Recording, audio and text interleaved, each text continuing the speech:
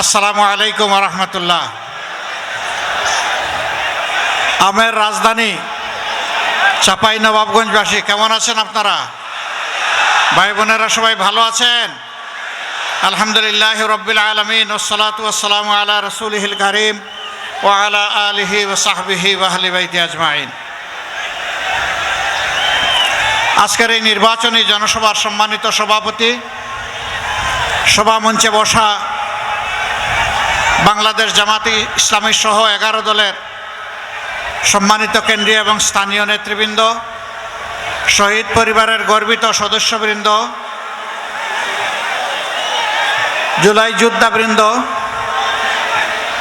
এবং সর্বস্তরের ভাই ও বোনেরা, সাংবাদিক বন্ধুগণ, আচ্ছা আমি এখন কোথায় আসছি বলেন তো? এই জায়গার নাম কি? চাঁপাইনবাবগঞ্জ। চাঁপাইনবাবগঞ্জে প্রচুর পরিমাণ আম, লিচু, কুল, তারপরে হয়তো পেয়ারাও উৎপন্ন হয়, তাই না? যে জায়গার মানুষ এত ফল উৎপাদন করে তারা কি ফল খায় না?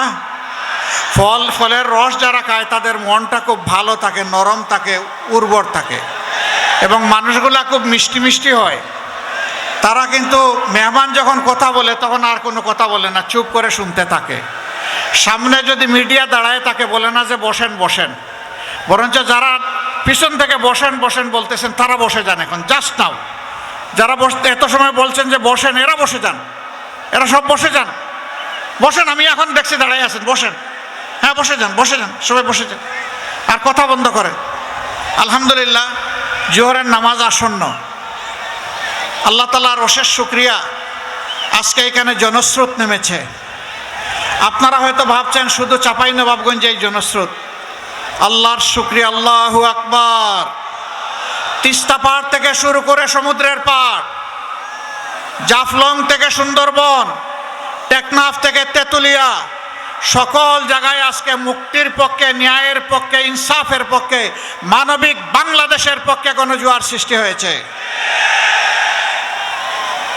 এই চাঁপাইনবাবগঞ্জ তার গর্বিত অংশীদার।